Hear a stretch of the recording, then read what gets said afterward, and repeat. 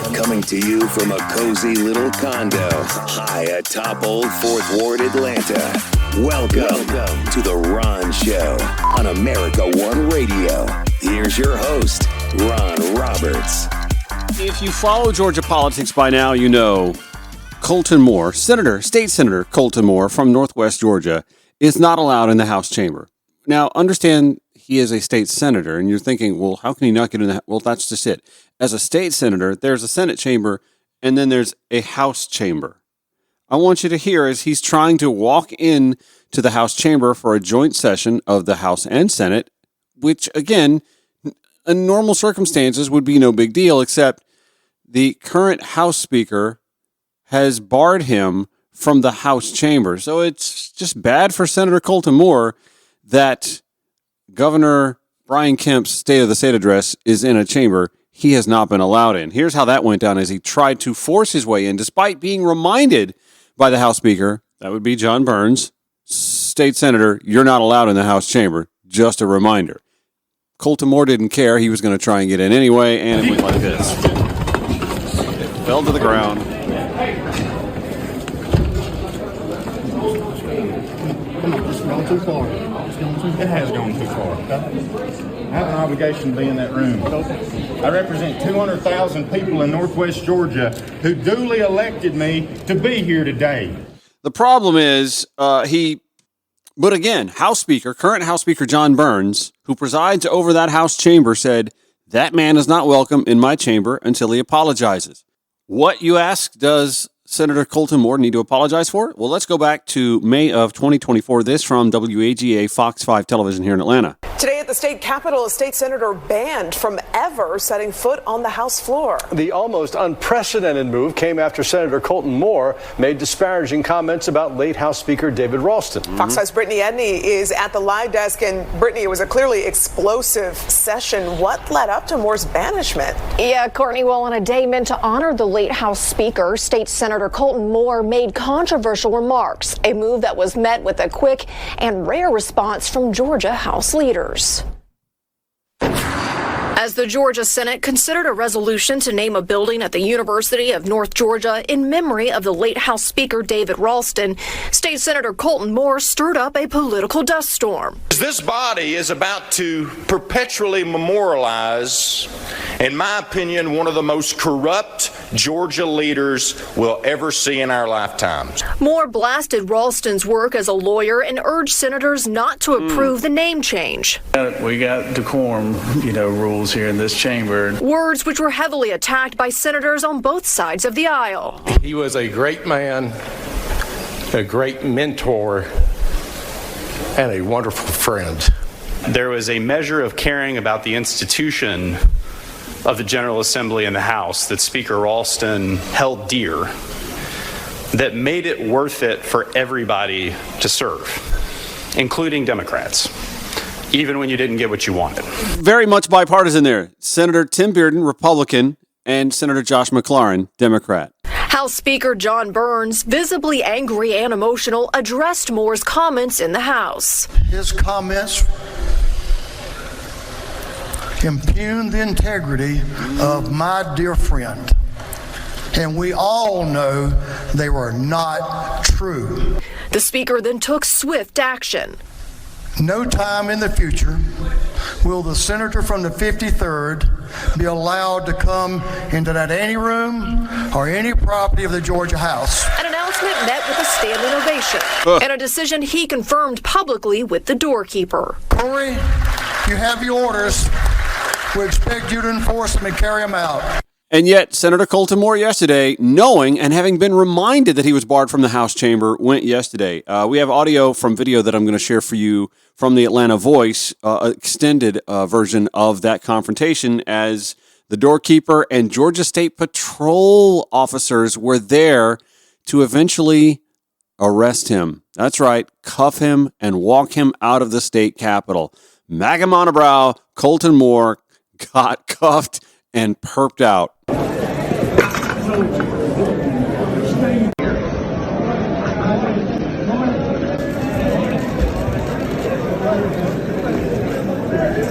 It's like watching an offensive lineman blocking a really bad defensive lineman. You don't have to be in the way. You're breaking the law too.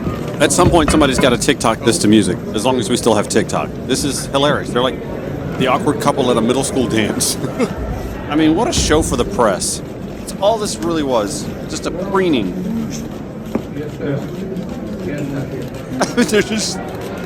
They're like dancing for a while.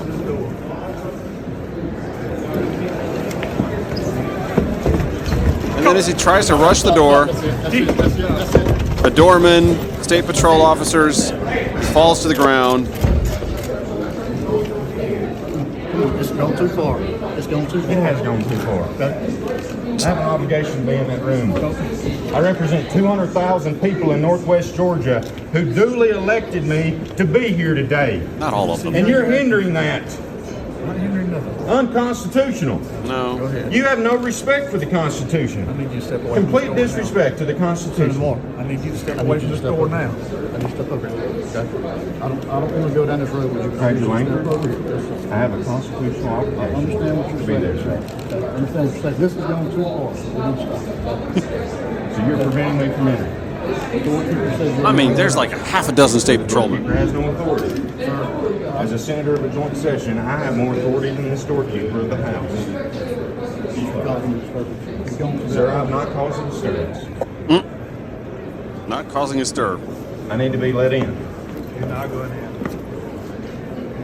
I mean, he's surrounded by state patrol Stand out officers. here and hang out. Not going to give you an issue. And then he was later on arrested, like cuffed and walked out of the state capitol for hundreds of folks to see. And the question is, what the hell is Senator Colton Moore even talking about? He made that statement last spring with Ralston's family in the chambers. I mean, utter disrespect for a man that they were there to honor.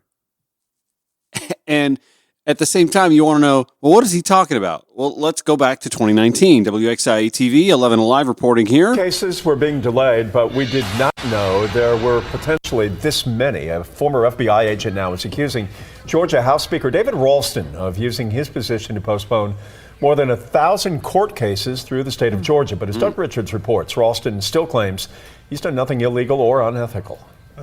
The new documents reveal an exponentially larger number of court delays than previously revealed by House Speaker David Ralston in his private law practice.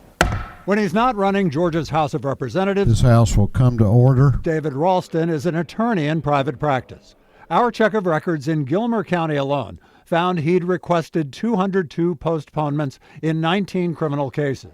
Each time, he cited a Georgia law giving precedence to his legislative duties. So many lives have been affected. But then Cheryl Shin learned it was much, much more. I passed that number so quickly. And Former FBI agent Derek Somerville says he spent weeks at his own behest compiling documents in Ralston's court cases. He says he checked in 8 North Georgia counties and found Ralston requested 1,091 legislative leave continuances, affecting 279 civil and criminal cases. The majority of them, 577, he says, were for cases scheduled outside of the actual legislative calendar, plus the 3 weeks after adjournment. The audacity of him to take this justice system into his own hands and just put people off for years. 12 years. 12 years. Cheryl Shin says Ralston has delayed her civil case against her former business partner for 12 years. So there is no case anymore. Exactly what Ralston set out to do, he did to me. Ralston says he's done nothing wrong and was dismissive of the new analysis of his courtroom cases, saying the guy who's paying for all this probably should demand his money back. Shin says it actually condemns the House Speaker's behavior. He really needs to be held accountable for this. You appear to be shaking with anger. I'm furious. Absolutely furious. Lawmakers did approve a measure this year that's supposed to give judges more of a say-so over legislative leave, a law that critics say will still be ineffective. So I'm also going to add to that story what happened from an investigation done by the Atlanta Journal-Constitution and WSB Television. Johnny Edwards filing this report February 13th of 2019. There's a little backstory here, a little anecdote. David Schell has a long history of beating up women. He once beat his ex-wife so badly she blacked out, her left eye nearly swollen shut. Then he locked her in their home so she couldn't reach a hospital, she said. Another time, he threw a girlfriend to the ground and slapped and choked her, court records show. So when another bruised and bloody girlfriend told police he had flown into a rage and headbutted her and bit her finger at a camper park in LJ, Schell faced serious consequences. A grand jury charged him as a repeat offender, which could mean up to 20 years in prison for aggravated assault. Yet more than 4 years after his indictment, Schell remained a free man. The charges against him stymied. A big reason: he paid a large retainer fee to hire an attorney who is also one of Georgia's most powerful lawmakers, State Speaker of the House at that time, David Ralston. Just as Ralston has done for other clients charged with violent or heinous crimes, he used his elected position to delay hearings and court dates, preventing the cases from moving forward in the Gilmer County justice system.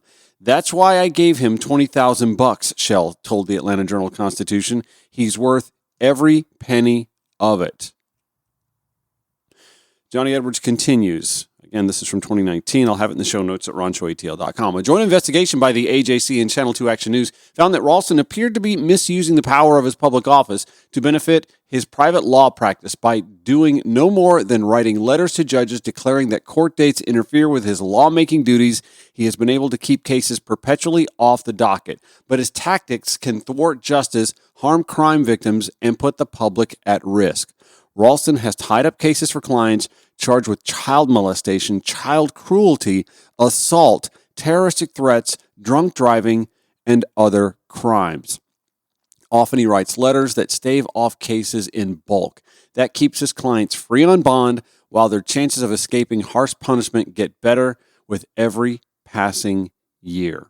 It's not as if, God, can't believe I'm saying this, it's not as if Colton Moore didn't have a little bit of substance for the tirade he gave last spring on the House floor. However, he did so in front of the family members of the departed Ralston, and that rubbed House Speaker John Burns the wrong way, and he has been barred from the House floor. So now you know exactly the whole story. You know the whole story.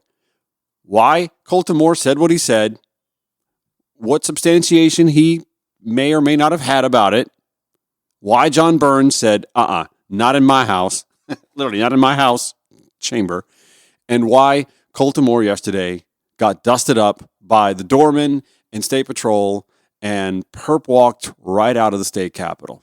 Oh, yeah. Also, the governor gave a State of the State address yesterday, and there was a Democratic response from Senator Harold Jones. We'll get to that. The Ron Show on America One Radio, Progressive Voices via TuneIn.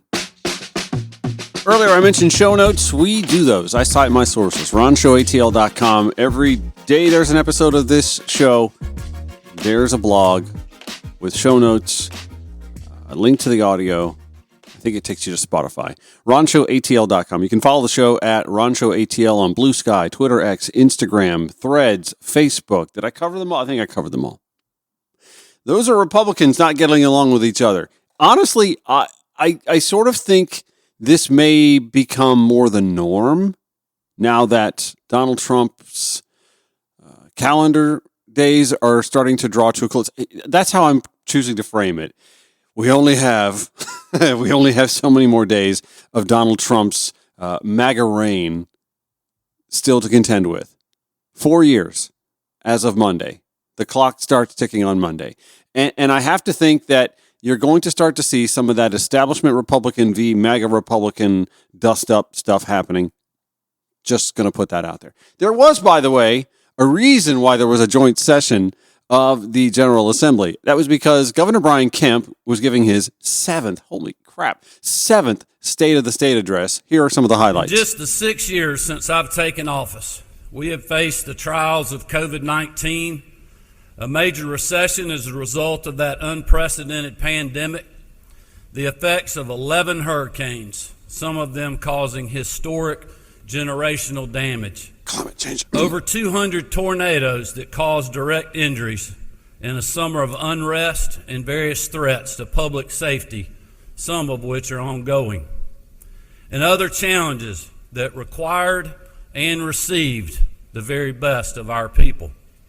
And through it all, time and time again, Georgians have risen to the occasion. As the saying goes, tough times don't last, but tough people do. And if there's anything that I've learned in the 6 years that I've been honored to serve as your governor, it's that hard-working Georgians are not only tough, they're also generous, proud, and love our great state, because that is who we are.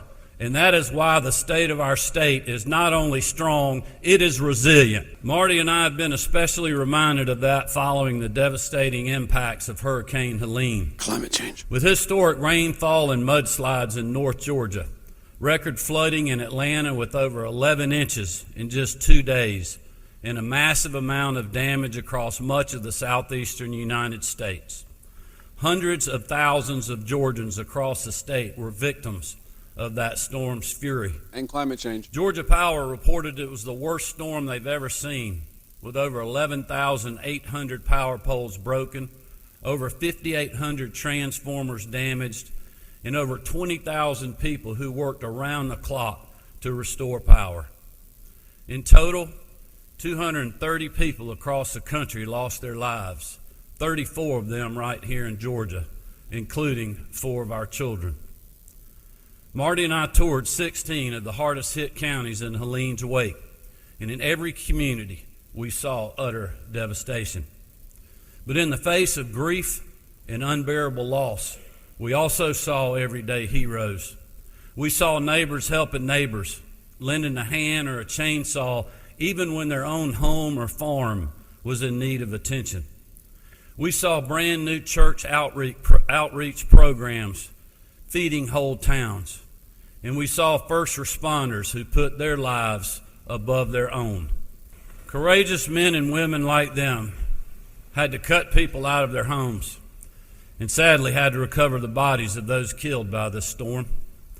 The heartbreaking loss of these lives is made even worse by the loss of livelihoods, especially for our farmers and timber growers, who have endured over $5.5 billion worth of damage. Due to climate change. As you know, our farmers needed relief quickly and efficiently, and that's why we repurposed $100 million to the Georgia Development Authority last November to provide direct financial support for our farmers and timber producers.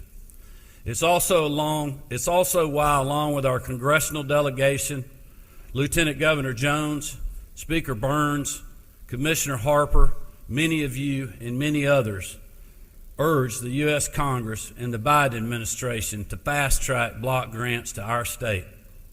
I want to extend my deepest gratitude to every member of Georgia's congressional delegation, both Republicans and Democrats, who voted to support that legislation. I also want to thank both President Biden and President-elect Trump for their support of the disaster relief package as well. Our people will receive the aid they desperately need and deserve, and for that, I am grateful. But rest assured, the elected leaders under this Gold Dome will stand with them for as long as necessary to make sure every Georgian can recover and come back stronger than before. Thank you, and I thank the many members who worked so hard out there on the ground as well in helping with the recovery. And just as communities across the state need relief after Hurricane Helene, all Georgians need permanent relief from the historic storm of inflation. The past 3 years have drained family bank accounts, sapped the strength of our small businesses, and left too many Georgians struggling to make ends meet. From groceries and rent to building supplies and everyday goods and services, the price of nearly everything Georgians purchase or consume has gone up, often faster than their take-home pay. This happened because the federal government decided to spend your money like it was somebody else's, like a credit card with no limit that someone else would have to pay back, instead of reining in spending, cutting taxes, or even coming close to balancing a budget. 2/3 of the stimulus spending that he's about came from President Donald Trump's administration. Also, a balanced budget really screws you over when you have emergencies like Hurricane Helene and you need disaster relief funding. Sorry, we balanced the budget and we're out of funding. You're just going to have to wait till the next fiscal year.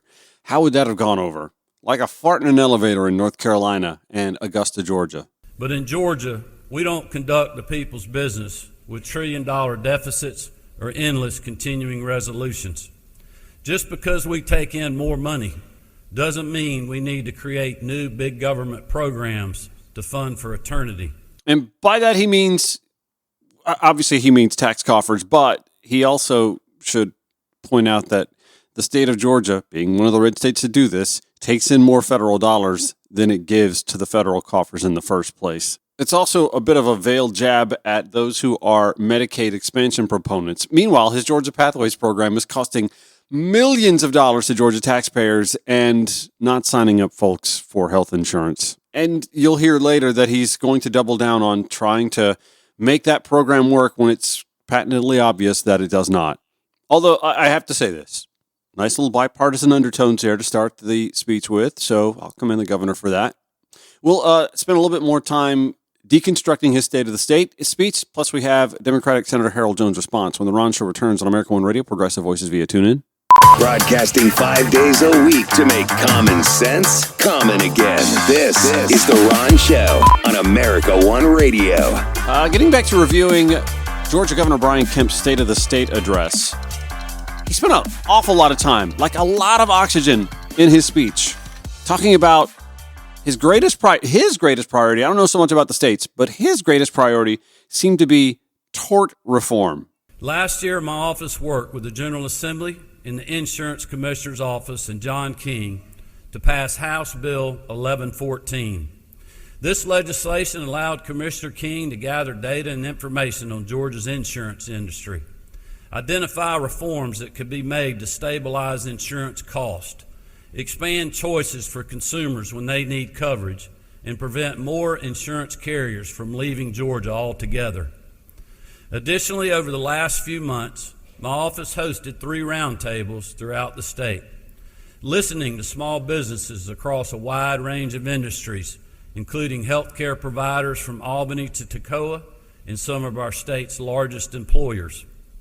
Even though each person at those roundtables came from a different part of our state, represented a different industry or business, told a unique story, or had a different perspective, the call for action was unanimous. It's abundantly clear that the status quo isn't working, and a failure to act on meaningful tort reform will continue to put Georgians and their livelihoods in serious jeopardy. For some that I met, the cost of insurance is threatening their ability to operate. Small business owners reported insurance premiums up anywhere from 30% to over 100% over the last few years, costing them hundreds of thousands or millions just to get basic coverage. For too many of them, that meant holding back on hiring more employees, waiting to grow their business, or making difficult decisions about whether or not they could even keep the lights on. For others, the biggest problem was the complete lack of insurance options, or the threat of paying thousands or millions to fend off excessive lawsuits. At the end of the day, the increased cost of doing business is simply passed on to the consumer, hardworking Georgians who are already struggling to make ends meet. As a small business owner for over 35 years, I know that if you can't get insurance, you can't run a business and you can't pay your employees. And nobody can afford to spend years and millions in a courtroom battling to keep the doors open in their small business. It's unsustainable and it's widespread. At our first roundtable, we spoke to the leaders of a child care company with multiple locations in metro Atlanta. They have experienced a 100% increase in insurance costs since just 2018. We heard from a South Georgia grocer who lost coverage completely after frivolous lawsuits were filed. One business owner's statement stuck out to me. He said, "At this point, I don't feel like I'm able to run my business. I'm just trying not to lose it." That sentiment carried into our second roundtable with healthcare providers in Macon, where we heard firsthand the challenges our legal environment poses to critical services, our healthcare workforce, and the ability for hospitals and clinics to operate.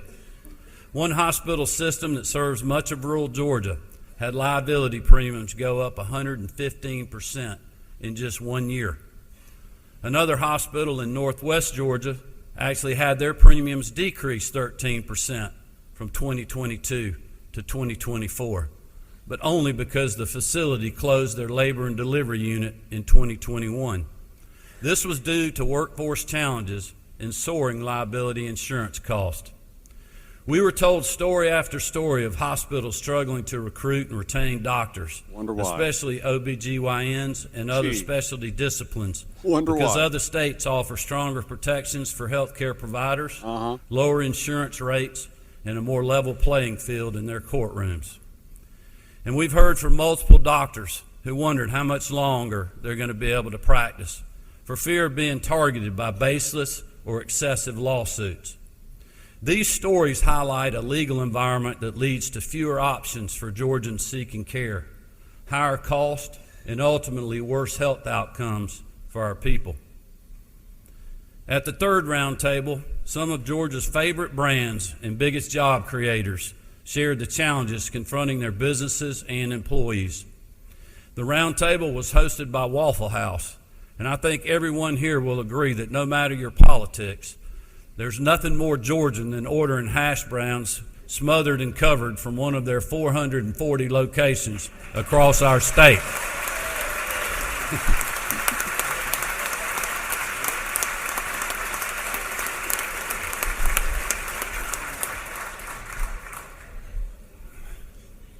I knew that hash browns line would get y'all. Whether it's an emergency family trip on Thanksgiving because the turkey ended up burnt, a midnight meal during an all-night study session in college, or celebrating the big win by your son or daughter's rec team, Waffle House and great Georgia brands like them create unforgettable memories for all of us. They also create opportunity and a great career for their employees, over 10,000 of them in Georgia alone. Waffle House, as you know, is open on July 4th, Thanksgiving, Christmas, New Year's, Easter, and everything in between, in case one of us needs a cup of coffee, an all-star special, or just a friendly smile. In fact, they're only closed when disaster strikes, or unfortunately, when they can't afford to remain open because of a legal environment that forces them to limit hours, hold back on hiring, or change their business model. Georgia accounts for roughly 22% of Waffle House locations in the country, but almost 37% of their litigation cost. Their liability insurance premiums have gone up 235% since 2018, and their average cost for a negligent security lawsuit in Georgia is 5 times higher than in Florida, 9 times higher than Texas, 21 times higher than South Carolina, and 27 times the average cost of a similar lawsuit in Alabama. When we talk about how to continue Georgia's success as the top state for business for the next 11 years and how to keep our state's best and brightest days ahead, it starts right here. Stories like Waffle House, stories like those small-town grocers and child care facilities, the mom-and-pop restaurants that make our communities special, the healthcare providers who are there for us when we need them the most. Without them, our state is not the same, and Georgia will never realize its full potential. The tort reform legislation my office will introduce in the coming days will be comprehensive but fair. Because in Georgia, we believe those who do wrong should be held accountable, and if you have been wrong, you deserve justice. I also believe the legislation we will be introducing can and should have bipartisan support. And on the subject of tort reform, actually here to give a little bit of insight into the pros and the cons of that, why this is so important to, and has been so for Republican lawmakers for as long as I can remember, is Gerald Griggs, who is an attorney, also Georgia NAACP chapter president. Good morning. How are you? Good morning, Ron. How you doing? I'm good. So talk to me about tort reform. And I was watching lawmakers last night on GPB, and I believe there was a reporter or columnist from Macon who come into town and had a discussion about this. And he talked about the sort of repercussions that come from that when somebody, for example, has an accidental amputation. You're going to have like a foot amputated, and it's the wrong foot, and now you got to have both of them amputated. Why should there be a cap on the sort of money that you get back for that? Obviously, those sorts of lawsuits can be costly to both the insurance company of the surgeon who performs the surgery, but when they mess up, it has an impact on the life of the person that it physically messes up forever. Am I kind of giving a good example as to why we don't need to have caps on those sorts of judicial payouts? Absolutely. The purpose of a verdict or a judgment is to defer or to stop the conduct that was either negligent or intentional. See, the thing that people don't understand about the word tort, it means an intentional act that harms somebody. And so if you cap the penalties for doing that, now there's no incentive for the doctor or the insurance company to stop that behavior. So I get it. People are when they see these massive verdicts, they are wondering, why is this happening? But when you have somebody that's no longer with us, like in a wrongful death, or you have a situation where medical malpractice turns somebody into a vegetable, those type of actions need to be punished. And that's why it's illogical to put a cap on the amount citizens can determine to punish corporations or doctors or anybody that's negligent for an act that harmed another citizen. You also mentioned something in a tweet earlier this morning that I wanted to zero in on. You spoke of it shifting costs to taxpayers. Care to elaborate on that a little bit? Yeah, so if we aren't able to, and people need to understand why the verdicts are so big. The verdicts are big because for the most part, they have to pay the medical damages. And we all know the rising cost of healthcare in this state. But if there's not the ability to recoup that money from the party that caused the injury, it's going to weigh more on our social safety net systems like Medicare and Medicaid to pay those health costs, because the injured party can't afford to pay millions of dollars because you amputated the wrong leg or you took out the wrong organ and now they have this disability for the rest of their life. So now Social Security's got to pay for it, Medicare's got to pay for it, Medicaid's got to pay for it, and ultimately it's left on the taxpayer. So it's going to shift the burden for the injury from the party that caused it to the taxpayer. So I think that's what people need to think about when we're having this conversation. It's not about protecting corporations. It should be about protecting people. Overall, what did you think? I mean, to me, for this to be such a priority for him, I found sort of quizzical. There are so many things that the state really needs to tackle priority-wise. I just didn't see this as being such a high priority, and it took up a lot of the oxygen in his speech. Yeah, I mean, I don't understand it either unless he's, trying to appease a special interest group. And again, our government should not be focused on dark money, on special interest groups. It should be focused on the issues that really are affecting Georgians, like rising healthcare costs, like rising housing affordability issues, and the fact that people are paying double and triple rent. They're paying double and triple mortgage. We still have to deal with the underlying police accountability issues that gave rise to the protests that we saw in 2020. But ultimately, we should be focused on kitchen table issues. And tort reform is not a kitchen table issue that many Georgians, whether that's in the mountains or on the coast or in South Georgia, Middle Georgia, definitely not North Georgia, are top of mind. What's top of mind is inflation. What's top of mind is taxes, which I'm appreciative of him having a conversation about a tax cut. But he also should be talking about a refund check, because if you have this massive surplus of funds that were paid by the taxpayers, it's just sitting there, and you're not using it, why not refund it to the taxpayers so that they can address the rising cost of housing, the rising cost of healthcare, the issues that are happening with their cost of living? I think the breakdown is about $4,000 per household. If they were to dole out the $16 billion that the state is sitting on, that would be about a $4,000 rebate. Obviously, you don't want to eat up all of that rainy day fund, though, so maybe you have it. You have $2,000 going back to households. Yeah, maybe $2,000. But he didn't. He didn't. You spoke of healthcare coverage. He keeps doubling down on the Georgia Pathways program, and it ain't working. No, it's not. And I think that he needs to be more considerate of the working class Georgian who's just working paycheck to paycheck. And if they have any type of health emergency, they will be bankrupt.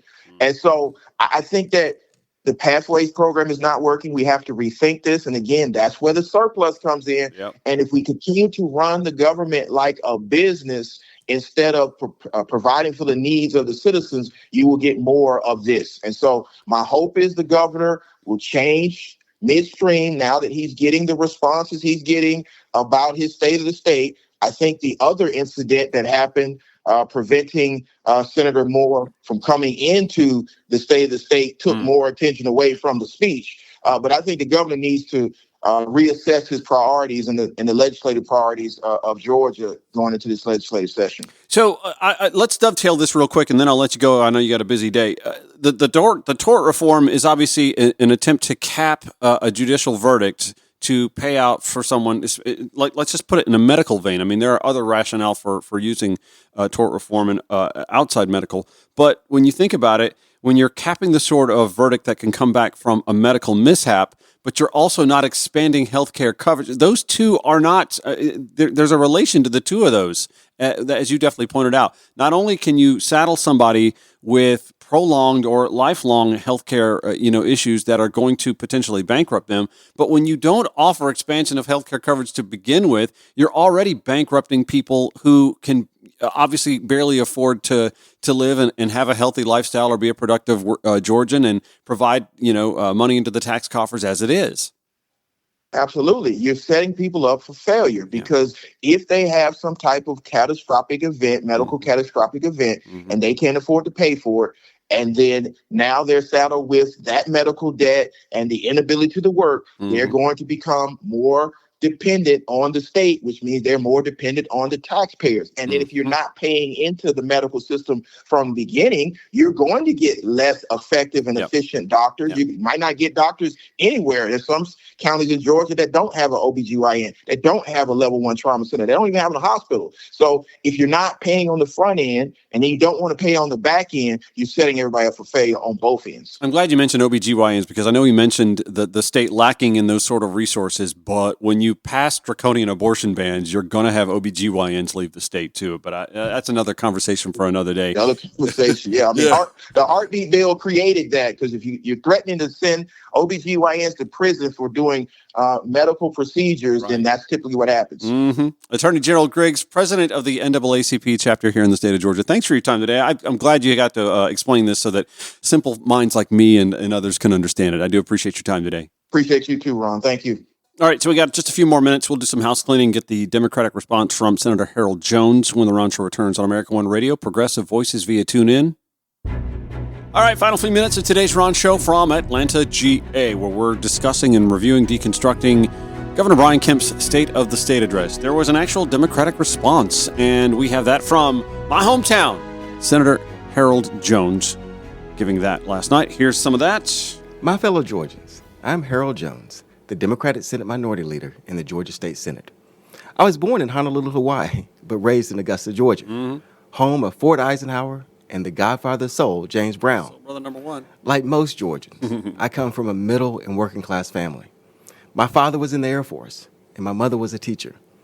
Tonight, I am honored to speak with you about how we can make Georgia work for everyone, and not just the few. As the minority leader, along with the Senate and House Democrats, I understand it is our job to fight for middle and working class families. So let's take a few minutes and talk about Georgia. Unfortunately, under this administration, two Georgias have emerged. There is a Republican Georgia, which has only valued corporate interests and profits. And there is a Georgia where hardworking people work 2 and 3 jobs, but still struggle to pay their bills, afford good housing, afford better medical care, or take care of their family members in their time of need. And many of our fellow citizens are one financial emergency away from ruin. See, there are families all across Georgia, from Dalton to Valdosta, Columbus to Savannah, or Augusta to Atlanta, who face difficult economic choices. Tonight, there are mothers and fathers who are burdened because of childcare costs. Right. Tonight, all over this state, there are Georgians who cannot afford to buy a home because of rising housing costs. And those who are in apartments could face eviction because of skyrocketing rental costs. Tonight, there are over 500,000 hardworking, uninsured Georgians who cannot afford good medical care. Georgians face real problems that deserve real solutions.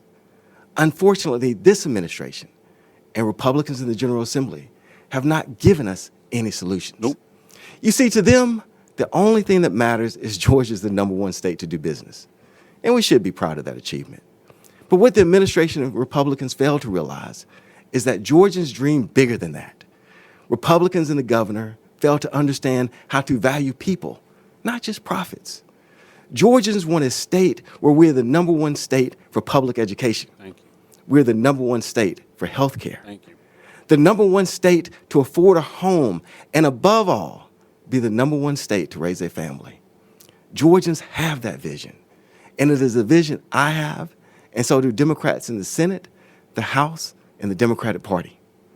Now, some will say we cannot achieve that vision. They will point to the fact that the governor refuses to close the health care coverage gap and allow hardworking Georgians access to health care.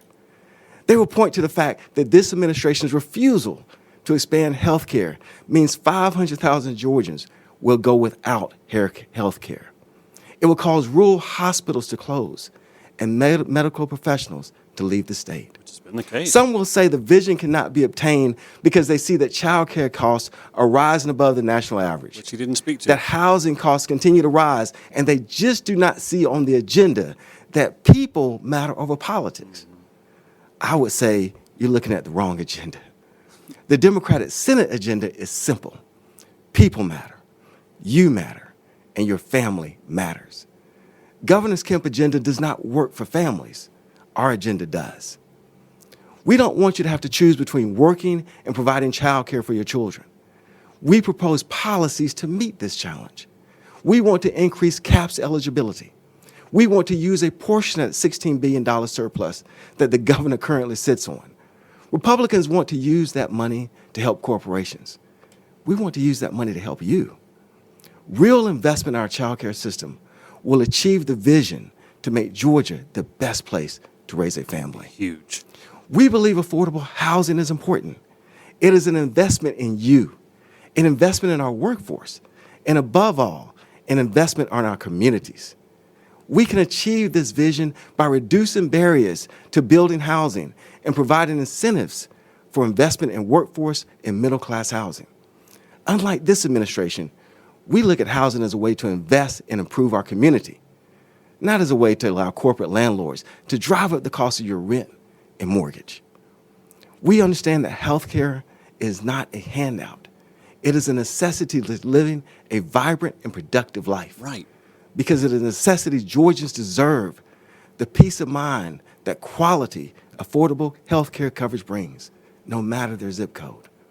And this burden of medical debt that so many Georgians have or fear having is not right, and it can be eliminated. But the governor will not give up on his Pathways program. No. This program has only been a pathway to failure, a pathway to more medical debt, a pathway to deprive Georgians access to health care and improving the health care system overall. Why Republicans refuse to move on Pathways is beyond comprehension. For real. It is time to end this failed and costly Pathways program and give Georgians real access to health care and save the health care system in Georgia.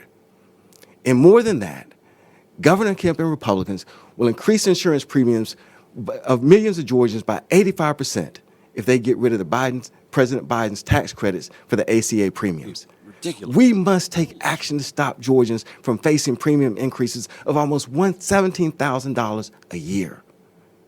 The Georgia Senate Democrats believe making Georgia the #1 state is achieved through good public education, and it can work in every community, no matter their zip code or income. It is clear the Republicans and this administration do not believe in public education. They've consistently underfunded public education. Worst of all, last year Republicans passed legislation to allow your tax dollars to be used to pay for profit private schools. This legislation will decimate rural education and cripple our education system for decades. We and you want our state dollars to go to public education. We want to invest in the future of Georgia by investing and promoting good public schools. instead of creating ways to fund private corporations to deliver poor private education. This administration should invest in our public schools, improve public education, and improve our communities and our children's lives.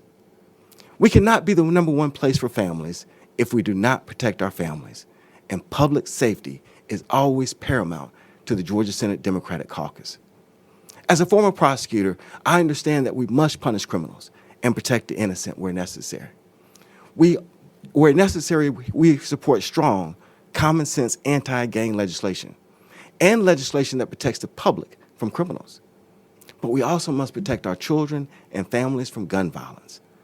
That is why we have proposed common sense gun legislation, red flag laws, laws to take guns away from domestic violence abusers. Yet this administration and the Republicans refuse to promote good legislation that will protect our families from gun violence. Lastly, when we talk about being the number one state for families, we must recognize that all people must be treated fairly. We will continue to promote and fight for a woman's decision about her body and reproductive choice. And we will protect the humanity of all of our citizens. And we will not allow cultural war issues to distract us from our vision. Our vision is clear. Under our leadership, there will be no longer two Georgias. We will be one Georgia. One Georgia that is based on family, community, faith, love, and a desire to do what is right for every citizen. And above all, we always put you, your family, and your community over corporate profits. That's Senator Harold Jones, Senate Minority Leader here in the state of Georgia, with his State of the State response. Show notes, as always, at ronshowatl.com. Have yourselves a great weekend. Back here Monday, 9 a.m., 5 p.m. on America One Radio, 11 p.m. Progressive Voices via TuneIn. Take care.